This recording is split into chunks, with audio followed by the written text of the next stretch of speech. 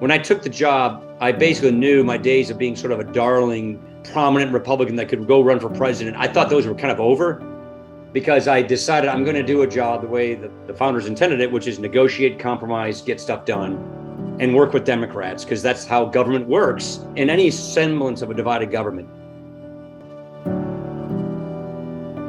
But if we can move our politics to focusing on solving problems and tap into what I hope is an increasing polarization fatigue in America.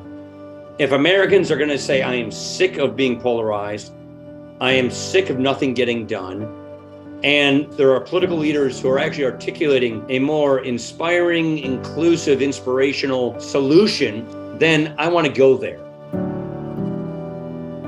We all agree we want a safety net to catch people who slip through the cracks, who help people who cannot help themselves. The ultimate goal of government is not equality of outcomes, but equality of opportunity to help you make the most of your life.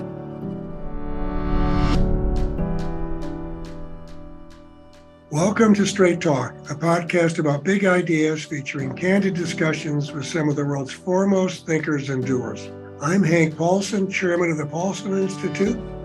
Today I'm speaking with Paul Ryan. Paul served as Speaker of the U.S. House of Representatives from October 2015 to January 2019.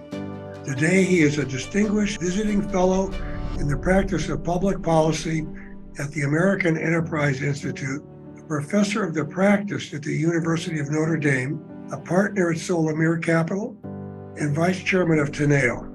During his tenure as the 54th Speaker of the U.S. House of Representatives, he spearheaded efforts to reform the nation's tax code, rebuild America's national defense, combat the opioid epidemic, reform the criminal justice system, and promote economic opportunity.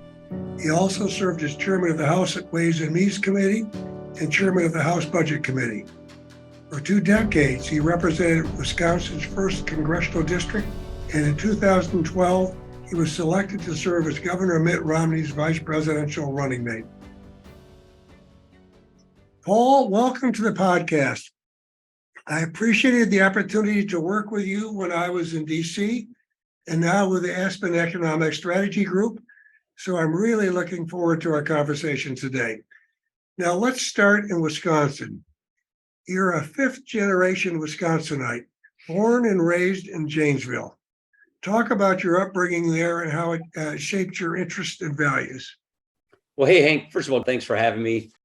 I'm born and raised in Janesville, Wisconsin. My family were peasant Irish, potato famine Irish. My family went from Ireland to Wisconsin. Janesville is a town, like a lot of Wisconsin towns, sort of an immigrant cluster town. In Janesville's case, it's a lot of Irish immigrant families there. The town was about half the size then when I grew up. Now it's 60,000 people today. It was about a 30,000 person town growing up.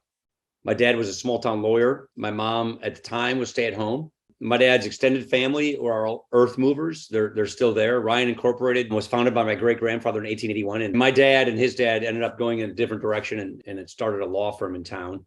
My dad died when I was 16 of a heart attack. He was 55 years old. It was 1986. And his dad died at the age of 57 of a heart attack. And his dad, my great grandfather, died at 59 of a heart attack. So we have this thing we call the Ryan family curse, which is our men. We haven't had a Ryan live to the age of 60 in 3 generations. I've got a sister and 2 brothers. My sister and brother have already beaten the curse. My other brother actually is not lived to 60 yet, but he's beaten the 55-year-old curse with my dad. So, we're kind of health nuts in my family because we know we have this sort of history. I grew up a normal childhood, mowed a lot of lawns, had a lot of odd jobs, a lot of landscaping jobs, a lot of house painting jobs. My first actual, paycheck was McDonald's, minimum wage out on the interstate there, 990. Janesville's a pretty small town, very integrated economically, and it's a big GM town. It was, and it's a huge union town. So I grew up with a lot of union household families. I'd say less than half of my high school fellow graduates went on to college. Most of them went on to like a 2-year degree or some kind of a skills job. A lot of my friends went to the plant right from high school because their parents were there. And then I got elected to Congress later on and represented the town. But I grew up in a very blue collar, small kind of Midwest town, I guess is how I describe it. So you ended up going from there, though, to Capitol Hill as a staffer following your graduation from college. And then you served as a speechwriter to Jack Kemp. Now, what did you learn from those formative years?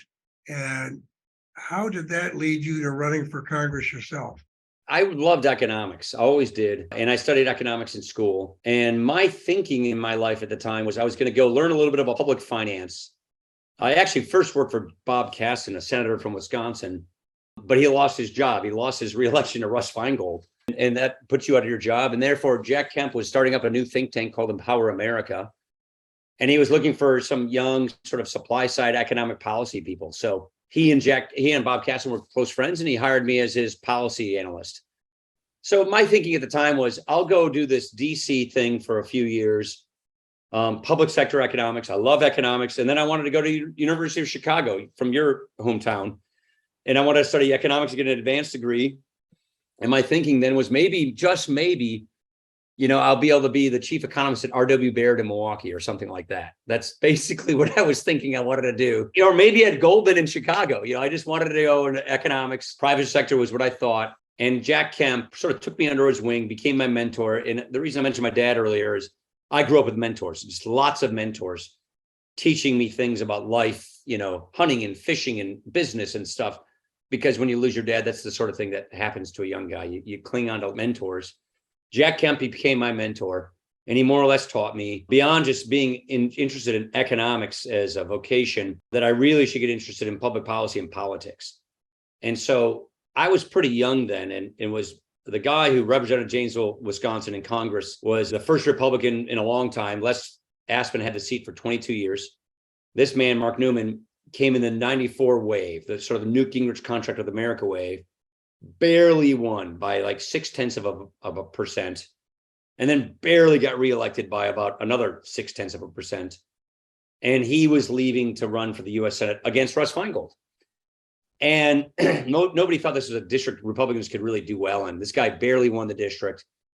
It was a Democrat district by 3 points. We call it D3. And Jack Kemp said, you should run for office. He just sort of encouraged me to run and he said, if you want to be an entrepreneur in economics, be a political entrepreneur in economics. And so Jack is the one who had this sort of infectious enthusiasm about public policy and making a difference and applying what we called then supply side economics to problems. And I just got really enamored with it. And then I was 27 years old. So I figured, what do I have to lose? I went home, went to that Ryan Incorporated family excavating business that my cousins ran, sat myself there, and then sort of looked at, how to run a race for Congress. I was pretty young, and there were a lot of other people in the race, but it was a Democrat seat, so nobody really thought Republicans had a great chance there.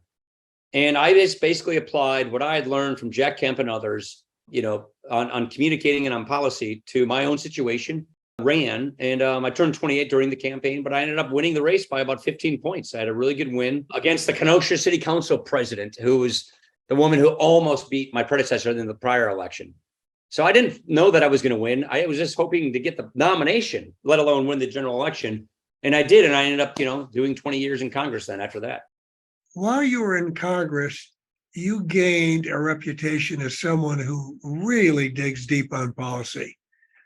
That's a quality that I saw firsthand when I led the Treasury Department. You really care about substance, and your policy and political views are anchored by facts. So talk about your approach to policy making and how that evolved. It all started because I was a staffer, and I was a think tanker, and then a staffer on the Hill. So the whole reason I came into politics in the first place was to do policy. So people come for politics for different reasons. Mine was that. And mine was economic policy in particular, because it's what just I felt like I had a good aptitude for, I enjoyed, and I knew it needed a lot of work. It's funny, I remember I was talking to Phil Swagel not too long ago, who was one of your staff guys at, I think, OTA then. And you lent me your Office of Tax Analysis staff, because I was the budget committee ranking member, but we were in the minority. So I couldn't get the time of day from the Joint Committee on Taxation to help score my tax reform proposals. So you did that for me, which was really helpful, by the way. You get these guys over there to help me score my proposals. At the time, then as I am now, I was extremely concerned about our fiscal situation, the trajectory we have, our entitlement programs. And I was running the budget committee for Republicans, which gives you a nice sized staff to do a lot of analysis. It's sort of a mini think tank at your disposal. And I was in the midst of trying to figure out sort of a comprehensive solution to our fiscal problem, which at that time we thought was pretty dire. I just always like solving problems. Basically, I love solving problems. Complicated, the more complicated, the more interesting. And I love applying, what my knowledge of economics and my love for economics to these problems. I got good advice from Barney Frank, of all people, who told me my first week there, don't be a generalist, be a specialist. Find out what you like and are good at and just focus on that and just that. And pretty soon you'll be writing the policy in that area. Don't be mile wide, inch deep. And, Barney Frank and I don't agree on almost anything, but the man was a darn good, effective legislator for what he believed in. And I took his advice to heart. So I said, I'm just going to be just a fiscal guy. I'm going to be a fiscal policy guy. I dabbled in monetary policy, but just a fiscal guy. And I spent all my time on fiscal policy.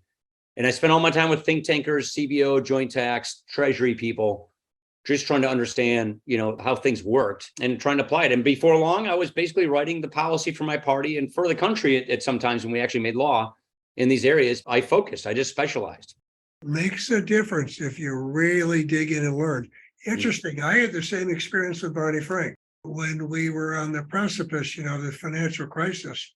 He's a real patriot, and he knew how to legislate and get things done. I don't think we ever would have got the TARP done if Barney hadn't been there.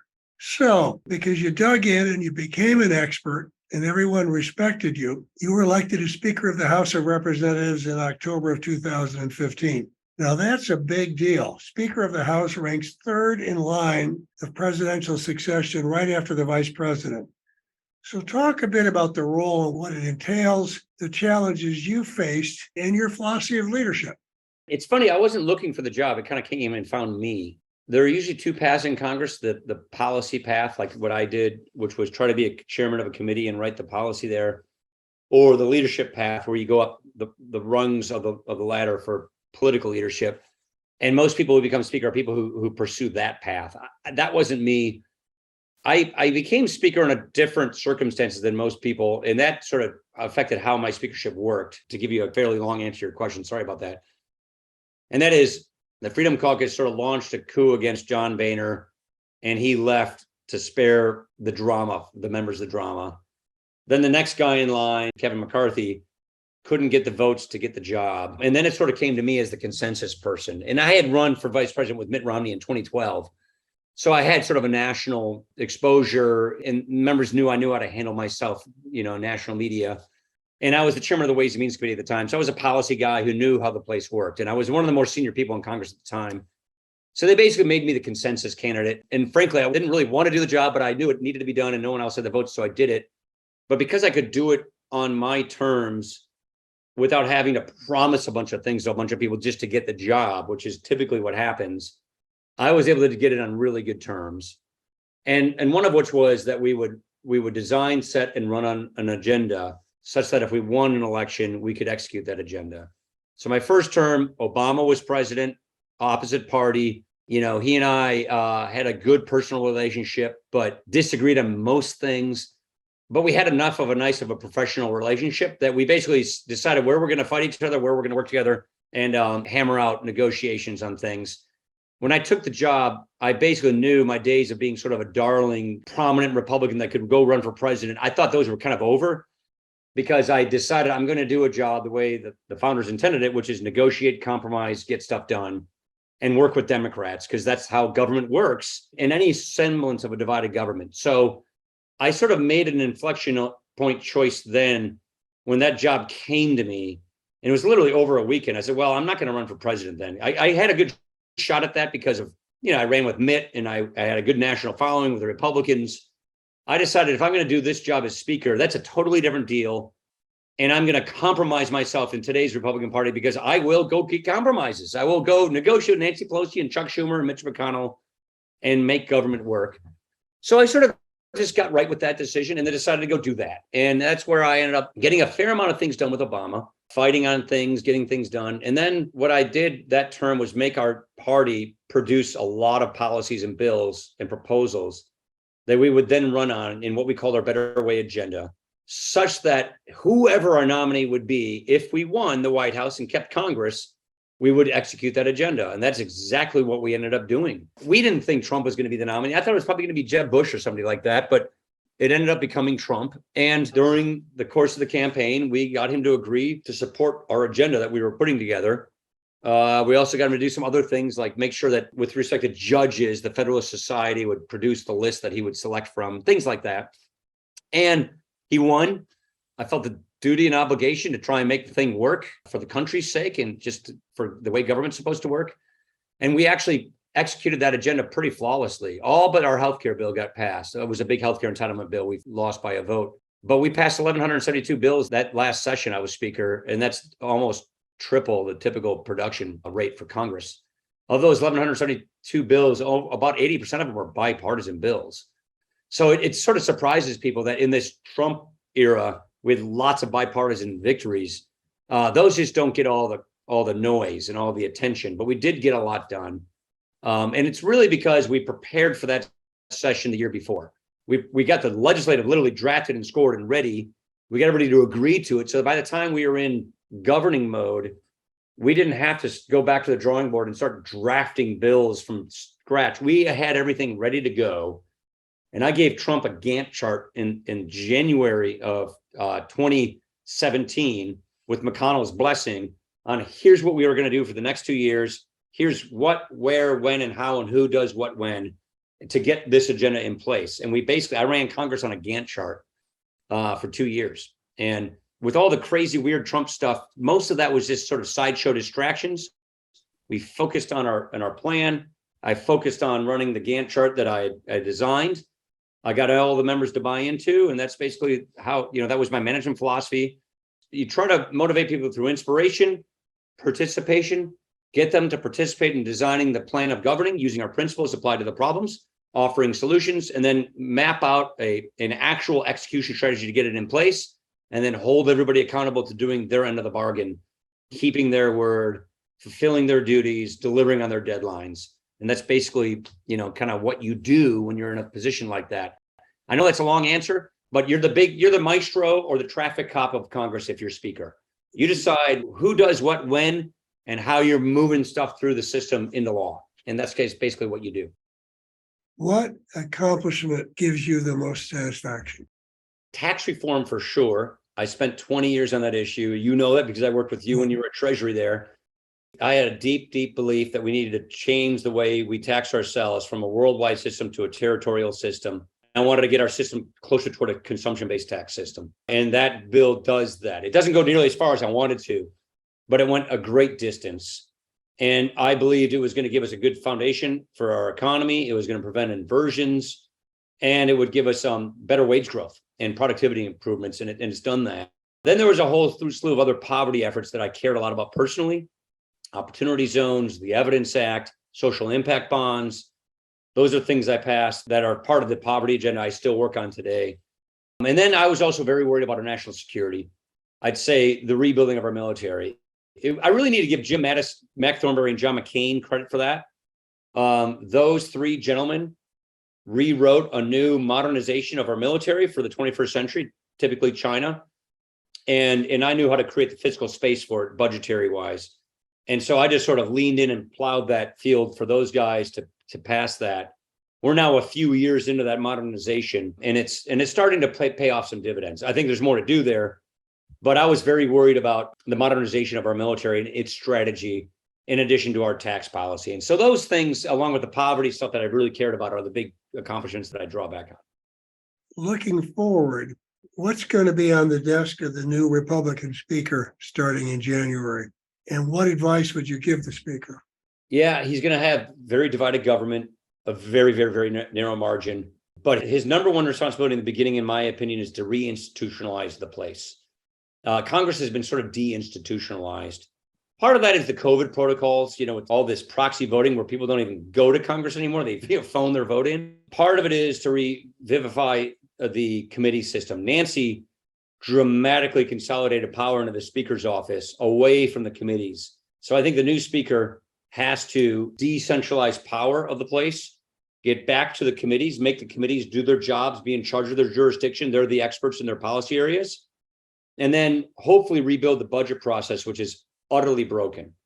The federal budget process just is so dysfunctional.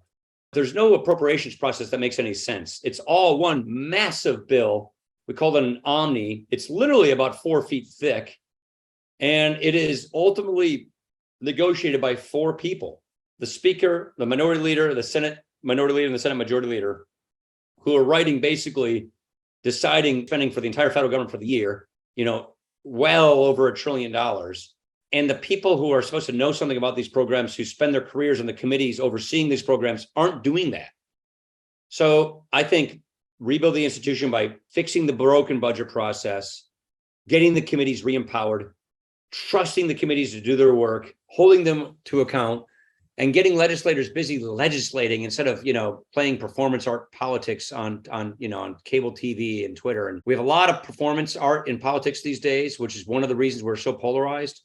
I think if you get members of Congress busy with real responsibility, real policy making assignments, even if it's to pass something that may not go anywhere in divided government, I think that's a key thing, is get the institution working again as a policy-making institution instead of just a bickering and political institution. The way to do that is to decentralize the power from the Speaker's office, frankly, into the rest of the members. So I think that's number one. And then he's going to have deadline-driven things, debt limits, appropriations deadlines, expiring bills.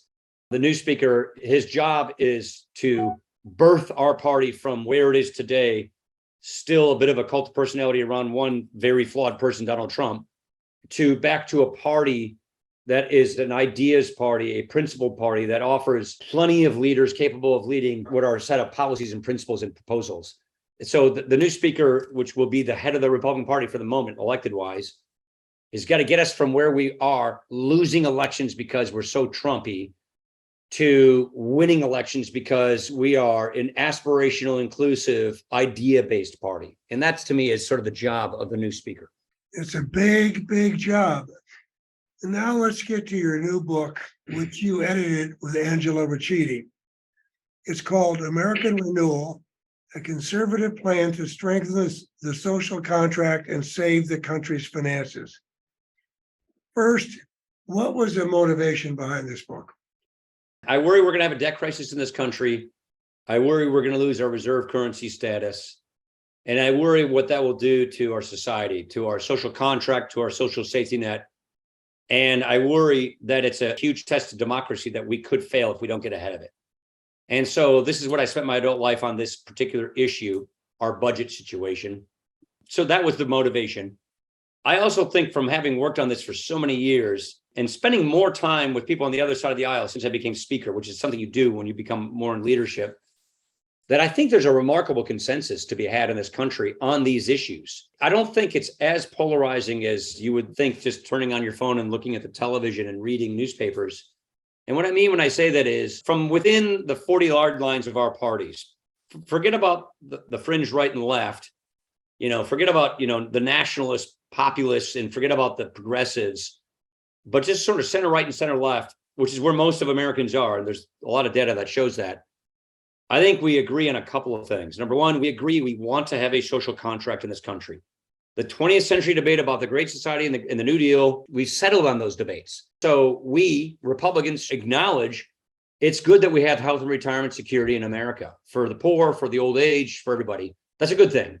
What Democrats have conceded is it's okay if the private sector is involved in this. It's okay that we use private sector delivery systems and innovation, and that there are profits made in the private sector that delivers better services at lower prices. So if we agree on the mission of these programs, health and retirement security, then let's move on to fixing those programs and making them viable for the 21st century. And then I think the second agreement is we agree we want a safety net. Now, the left and the right will disagree about what the nature of it is. I would say they want more universal basic income, which creates sort of dependence and encourages people not to work. But over at AEI, we think work is important. Upward mobility is the core critical component of the American idea. But we all agree we want a safety net to catch people who slip through the cracks, who help people who cannot help themselves, and to give people that sort of key boost at the right time to get up and on with their lives. And that the ultimate goal of government is not equality of outcomes, but equality of opportunity to help you make the most of your life. So a vibrant WeWork with a safety net wired that way is something I would argue most Americans agree with, that we could have consensus on. And then on the economic side, we need fast economic growth. To do this being finance our social programs, finance our social safety net, and to have a society of upward mobility. And so, You need people to work. You need labor force participation as best as it can be. That means a welfare system wired toward work. It also means good immigration policies. That's not in this book, but that's an issue. But also good economic policies. And I think that's a good tax code that is wired toward making American businesses extremely successful. And we propose a cash flow tax, a 15% destination-based cash flow tax with a border adjustable carbon tax on top of that. And what that border adjustable carbon tax gets you is the fiscal space you want to make the rest of the tax code extremely pro-growth, so that you have fast wage growth, faster economic growth to help tackle these problems. And having a border adjusted carbon tax, I would argue it's much better economic policy than picking winners and losers with credits and subsidies through Washington. And will capture China and India's carbon. And being America, instead of going down the Janet Yellen route of trying to get a global min tax that I don't think will work and no one will agree to, America leads the world in saying, we're doing a border adjustable carbon tax on carbon intensity. We're flying it around the world. Everybody should jump on board. And we're going to send price signals through carbon in the smart way so that private sector innovation, private sector technology, all is pointed in the right direction to decarbonize their society in the most economically efficient, upwardly mobile way possible. And so that's what we're proposing, because I think you can get consensus on these issues within the next number of years. Paul, I agree with you completely on the need for a carbon tax. To help remedy our fiscal situation, we need more revenues. No one likes taxes.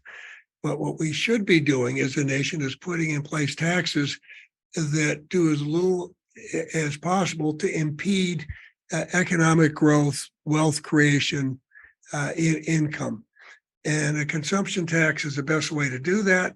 We're the only nation that doesn't have a national consumption tax, a tax on consumption.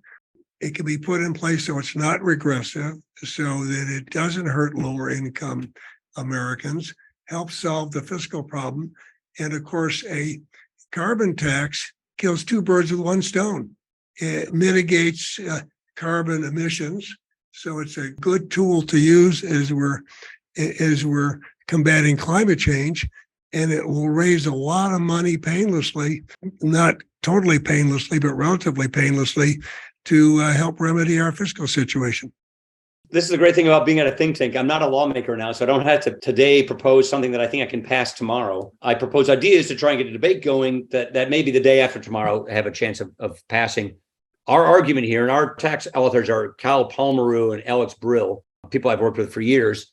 Our argument is, if you, the Democrats, want our participation as Republicans and conservatives on decarbonizing, here's our price of poker. Here's our entry fee for getting in this business, making it durable and bipartisan.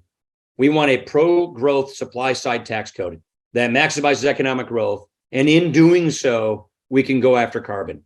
What we don't want to do is have something that big brother, big government, slow economic growth, crony capitalism, which is typically the sort of ideas that I would argue you see from the left on decarbonizing. So if the goal is carbon and not more government control, more picking winners and losers in Washington, but if the goal is carbon and decarbonizing, then we will participate and do it in such a way that we think is best for our economy and gives you the best chance of globalizing the effort. Now, Paul, for many Americans, the dangers of deficits and debt are not top of mind. They're abstract, they're intangible. Can you explain for our listeners in simple terms what a debt crisis would mean for everyday Americans and how it might play out? It means we can't fund the social safety net we now have. It means we'll have to do real-time surgery to cut benefits for people who've already retired and organized their lives around these promises government has made them for things like Social Security and Medicare and Medicaid. It means the ability to finance your home, your school, your education, your business gets extremely expensive. It means we likely lose the dollar as the world's reserve currency, which is an enormous privilege we have that we would no longer have, which makes us have to do radical budget surgery to cut spending in real time on the things that people come to count on in their lives. If we stay ahead of this debt crisis, make these programs solvent, which we have all the proposals that do that. We borrow money to finance the baby boomers, which we know we need to. so that they can have their benefits that they count on. But if we can reform these programs for the next generation, my X generation on down, and make these programs solvent and affordable and still deliver on their missions, because we learned more in the 21st century on how best to do these things than they were originally designed in the 20th century, then we can dodge that bullet, maintain the dollar as a reserve currency, and cash flow our commitments to our fellow countrymen. But if we find that moment, and no one knows when this happens, no one knows. You have a better idea than I do. Just based on who you are. Let's just say it's 10 or 20 years away. It's in our lifetimes, and it's during the middle of the retirement of the people who depend on these things. And it would be catastrophic for our economy. In addition, you'd have a tailspin of the dollar. You'd have an inflation problem as well. Paul, when people ask me when it would come, it's unknowable when it would come. But we can't continue to defy economic gravity. The way it will come is we suddenly will have trouble selling our treasuries, right? And the Federal Reserve can't be the only buyer. And so you get it, if you get in that negative loop where interest rates keep going up, you're trying to sell more treasuries, you've got inflation, the dollar becomes eroded. Then you have all the problems you talked about. To me, this is a generational issue, generational equity, fairness. You've been a voice crying in the wilderness here. I do believe that mainstream America should be able to come together, but our political system makes this very difficult. I want to talk about solutions because your new book is filled with actionable ideas. So what do you think are the policy reforms that would do the most to help stabilize the national debt? I would go with the big fish in the debt problem, which is the healthcare entitlement programs. Those are the largest unfunded liability. Those are the ones that are bringing us closest to a debt crisis. So we have proposals in every one of these problems. There are fresh proposals on how to fulfill the mission of the programs without going to a debt crisis. The key is going to a premium support system for Medicare. The Medicare Part D program right now is what we call a premium support system. The Federal Employee Health Benefits System is a premium support system. You basically have private providers of comprehensive Medicare services competing against each other, bidding against each other for the beneficiary's business, and the government, Medicare, subsidizes a portion of that beneficiary's premium based on how wealthy or healthy they are. The sicker get more, the older get more, the lower income get more. The higher income, healthier person gets a less of a subsidy. And that act of choice and competition taken over time, according to the Congressional Budget Office, gets you out of the ditch, meaning helps you avoid a Medicare debt crisis. On Medicaid, states have such unique healthcare markets, you have to give the states more autonomy to customize their Medicaid services in exchange for a predictable growth rate of the program, which taken over time stabilizes your debt. And then Social Security, Andrew Biggs, who's our scholar at AEI, took a look at the best of the other democracies' programs, specifically looked at Britain and Australia's program, and proposes a variation of that, where you have a minimum benefit in America for the Social Security program where no one would be under poverty in Social Security. By the way, that's not today. There are people who are on nothing but Social Security who make less than the poverty level. So we would actually increase the minimum benefit for everybody to be above the poverty line. We means test the program quite a bit for the higher income person. And then we have a component of savings for a person to have their own type lifelong 401k thrift savings plan through their business, or if they don't get one offered at their job, it'd be a couple points taken off of on top of their FICA taxes to go toward their 401k plan. So basically a hybrid of the British Australian version, which we think would stabilize the finances of Social Security while also making sure that people actually have retirement savings in old age. Do you know those things right there? The healthcare entitlements and Social Security, that gets you 4/5 of the way there toward dodging a debt crisis. Paul, I hardly agree with you. The way I look at our fiscal situation is this. We're a rich country. There's a lot we can do right now in terms of smart policy to deal with our fiscal situation. But the longer we wait, the more painful the remedy is going to be. So there's a real benefit to acting sooner rather than later. What is our responsibility to those that the system leaves behind? How well do the current programs work, and what needs to be done to make them better?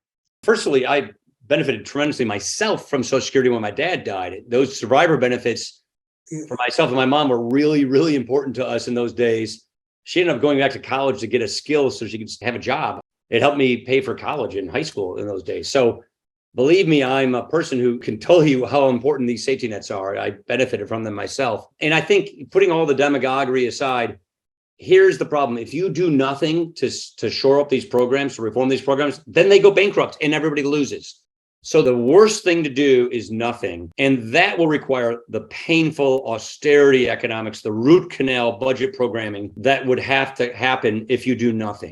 What we're saying is let's step ahead of this problem. Let's fix these problems at our own terms so that we can maintain the guarantee and the promise of these very important programs. Because just doing nothing within a decade in Social Security, there is an across-the-board benefit cut on everyone's benefits in real time who are already on the programs. That's what happens. I mean, the Medicare Part A trust fund goes bankrupt within like 6 years. The Social Security trust fund goes bankrupt in about a decade. So not doing a thing means these programs collapse. And then the people depending on those programs are hurt the most. So stepping ahead of that problem, reforming them and rebuilding their finances, and making sure that the people who need the programs the most are the ones that are first of all taken care of. And those that can afford a little bit more out of pocket for their own self, for their own benefits, or do so, is one of the ways in which you can make these programs work better. The last point I'd say is we've learned a lot in the last 50 to 100 years on how to run these things. So when Social Security was created in 35 and Medicare in 65, we didn't have the kinds of insurance markets and savings systems then that we have today. So we know there's so much more we can do to make these programs work better based on what society has learned and done and evolved, that if we can apply those lessons and those technologies and those ideas to these programs today, we can make them work a lot better. So that to me is the key practical lesson. And the point I make throughout this book is I think most of us can agree on this. This isn't ideological stuff. This is just real practical common sense. What we've learned since we started these programs and the way we designed these programs in the 20th century are proving absolutely unsustainable in the 21st century. So let's take some of that 21st century know-how that we now have, apply into these problems, and make sure we're going to have another great century where people can actually depend on these benefits, this social contract that Americans have made to each other. And I think we can do that. And like you said earlier, our politics are terrible right now. They're unserious, but there's nothing that makes you think, as a country, than a pending bankruptcy or looming insolvency of these programs or our dollar. So I do think the moment's going to come, hopefully sooner rather than later, where we just realize as a country, we got to face these problems fast before they really blow up in our faces. And I would like to think we can get the politics there. The purpose of this book is to get that conversation going and give a fresh set of ideas and policies that shows you not only is this what we're proposing, not root canal economics or austerity economics, it is good reform policy that makes these programs work better so you can prevent root canal economics, so you can prevent austerity policies from having to be put into place. Paul, I'm going to switch gears now and talk about America's, economic leadership internationally. What do you think is driving the domestic skepticism of trade and multinational corporations? And what can we do to address these concerns? And more broadly, how do we make sure that our businesses and workers remain competitive with the global economy? Yeah, I do worry about this new onset of protectionism. We have a real struggle between free societies and unfree societies, between democracy and tyranny, between China and America. And that's playing throughout the world to a place where we're sort of deglobalizing.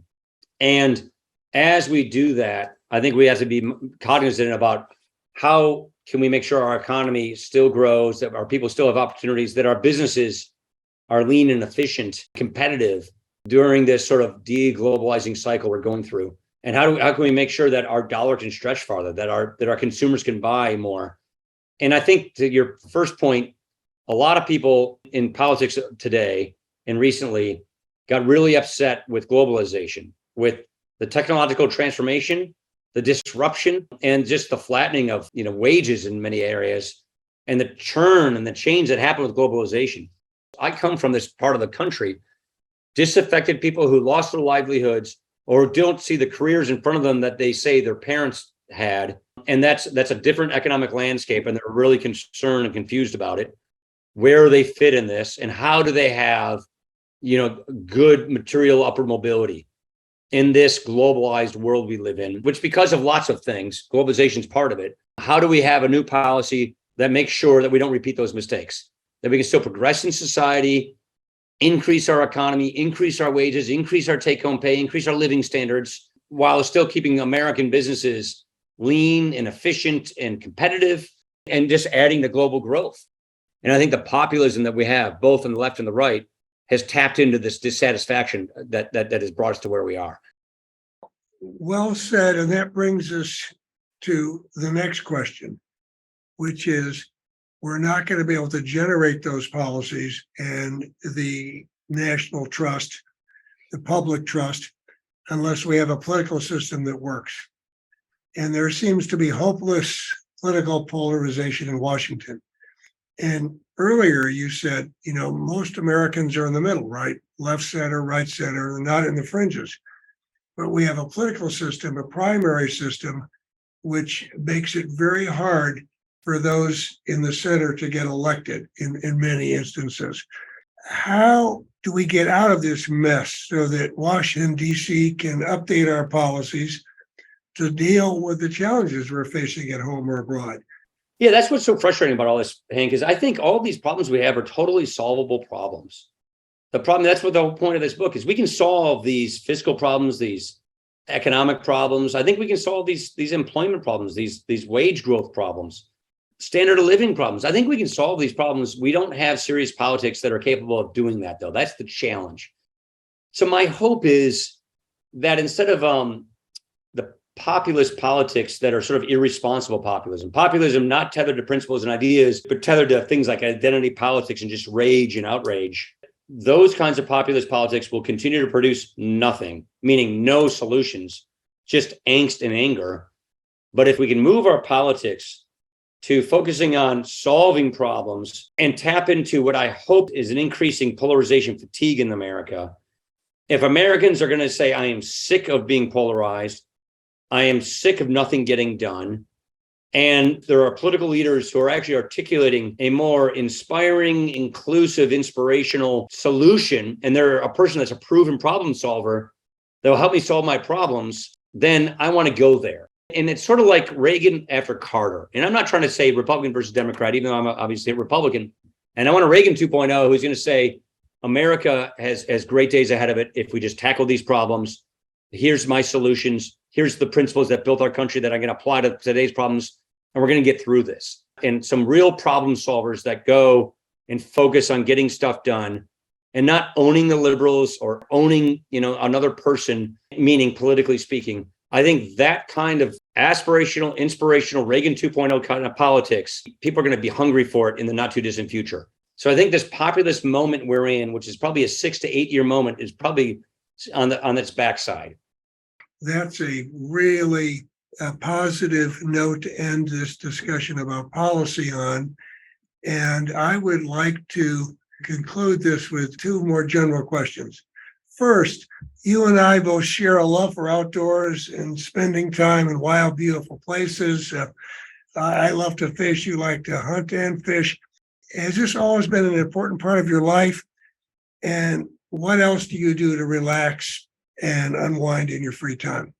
Well, I retired in 2019 to be more involved in my kids' lives. They're now 18, 19, and 20 years old. So most of what I do revolves around their lives. And it's 2 in college, 1 in high school, and just all of that involved in that. Outdoors is my thing. I hunt, fish, ski, mountain climb, hike, every way and any excuse I can. That's what I enjoy doing. And I always do that with my family. So most of our time is spent doing those sorts of things. Just getting our family outside, outdoors, doing fun things together. I tell you, it's a great way to spend time with the family. Now, I want to close with advice to our young listeners. What advice do you give students who are navigating their lives and careers in today's rapidly changing world? Be careful about falling into the trap of identity politics and getting sucked into a tribe or a group where all you do is listen to people who only agree with you, where all you do is subscribe to, a website that algorithmically feeds you your biases. Get out of the cognitive dissonance. think and learn for yourself, but also spend time with people who do not look or think like you. You have 2 ears and one mouth, use it in that proportion, and work really hard at doing your part to try and depolarize society and look for common humanity, look for common goals, common creeds, common aspirations. There always are those, and focus on those things and build good relationships. And it'll make you just a better, happier person. And it'll also help you get things done, won't it? Exactly. It's how you get stuff done.